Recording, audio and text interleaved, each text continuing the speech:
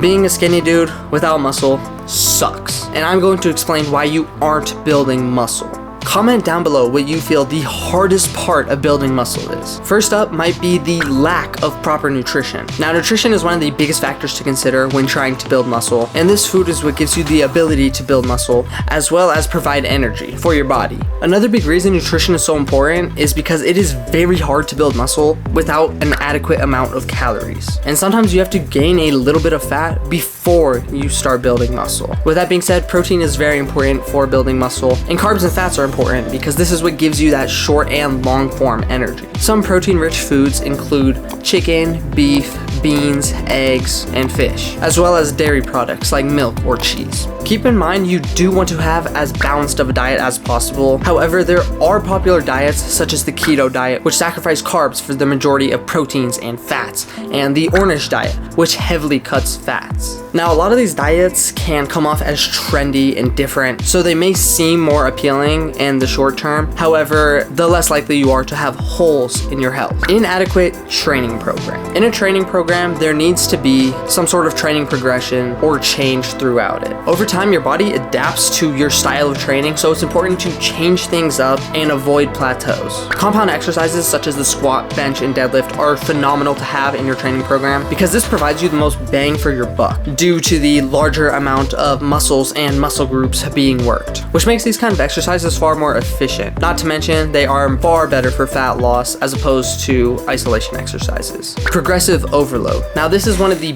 best ways to tell if you are progressing because you either add weight or reps or possibly even both, especially if you're a beginner. So let's use the bench press as an example. A good way to implement progressive overload on the bench press would be to hit what you can and add 5 pounds to the lift. So let's say I am benching 135. Simple enough. A way to progressive overload that is by adding 5 pounds to each side. So it would go to 145 the next session. Or keeping that same weight and hitting it for one more rep. So let's say I hit 135 for 5 reps. Now the next workout, if I keep that same weight, I want to aim for 6 reps this time. If you have been finding the video useful so far, or if you're simply enjoying it, please be sure to drop a like down below.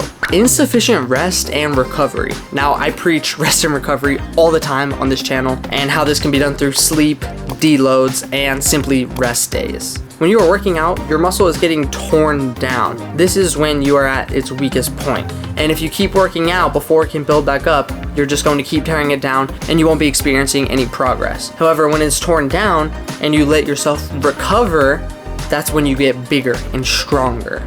Now, a lot of hardcore gym goers and even athletes tend to go balls to the wall 100% of the time, and if you do otherwise, you're a wuss, right? However, it's important to remember to dial it back a little bit because when you keep doing this over and over, you eventually hit this brick wall and you end up getting injured, sick, or experiencing some sort of central nervous system failure. Imagine starting off your day with more energy. You're likely to be more productive, have a better mood, and have better workouts. Now imagine if you were able to have this every single day, or at least more days than you are now.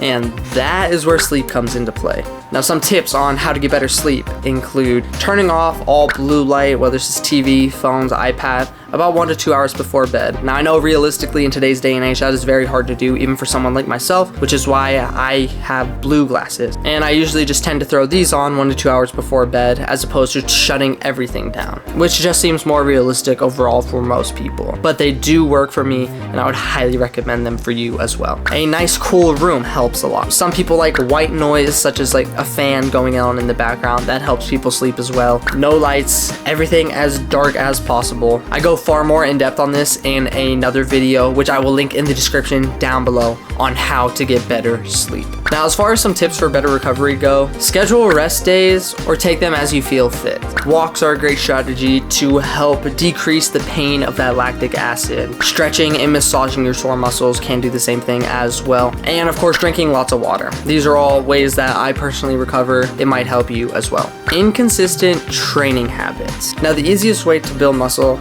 is to not yo-yo back and forth and actually being consistent. You are far more likely to improve your overall health and achieve faster results by sticking to your program. And this could be not only for muscle gain, but for fat loss and cardio as well. But if you're working out Monday, and then you're working out Thursday, and then you're working out Sunday and Monday again, it's kind of all over the place. And there is that chance that some people will only hit chest on Monday, meaning they just skipped 2 weeks worth of leg days on Wednesday. That being said, something is better than nothing, but by having these sporadic workouts, you do give yourself a little bit extra leeway, and this is something that could be a danger to your consistency. That being said, some tips to a consistent training routine may include planning your workout. This can be done in the form of a workout split. So whether you are hitting a full body workout, an upper lower split, or a push-pull legs split, for example. And this way you at least know what muscle groups you're hitting, so you have some sort of plan going into the gym, and you're not just kind of hitting whatever you see as open. And to take it even a step further,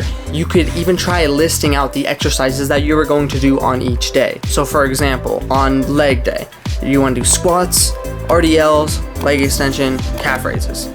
There you go. That way you now have a plan on what exercises to do. And then you could get deeper and deeper into it with sets and reps and whatever your goal is, and everything just gets more specific and tends to keep you more accountable the more specific you get. But the biggest thing is that this gives the workout some sort of purpose. And consistency may mean adapting to best suit your needs specifically. So if you're short on time, make the workout shorter. There's nothing wrong with that. And this can be done through the compound lifts that I mentioned earlier to help get you the most bang for your buck.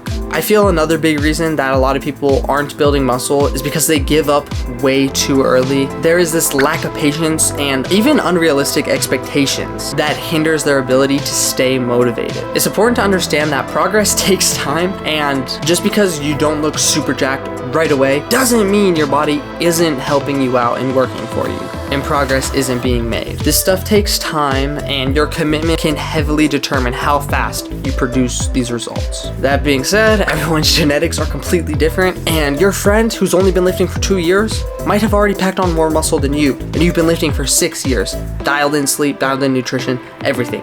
Sometimes that's just how genetics are. Trust me, I know that is frustrating, but that is how things are. And that is something that needs to be said regarding expectations. So don't get angry or frustrated with yourself if you don't see any progress right away, or if you end up hitting a plateau. Now, you aren't necessarily going to look like Alex Eubank or Lex Little after only 2 years of lifting, and maybe even ever, but you can look better than you do now. But it will take time, consistency, and commitment. Stuff doesn't come easy in life, and that is okay. I have given you a plethora of information and ideas to digest. I heavily encourage you to try some of these tips and tricks out, and you will be on your way to building muscle in no time. Subscribe for more videos like this, and here is the video YouTube thinks you're like next, so be sure to check it out right here.